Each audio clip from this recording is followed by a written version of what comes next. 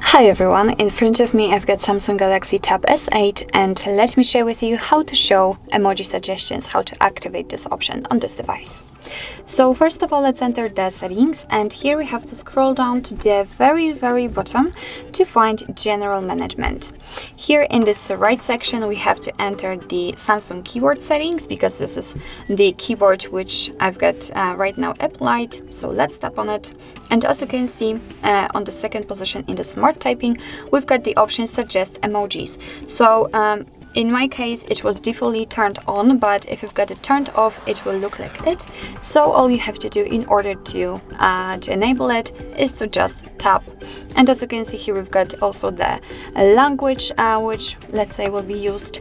It's probably based on the system language, or the language which is set on the keyboard.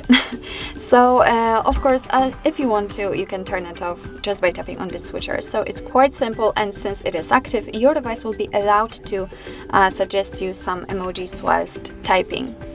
So actually this is it. This is how to suggest emojis, how to enable this option in your Samsung Galaxy Tab S8.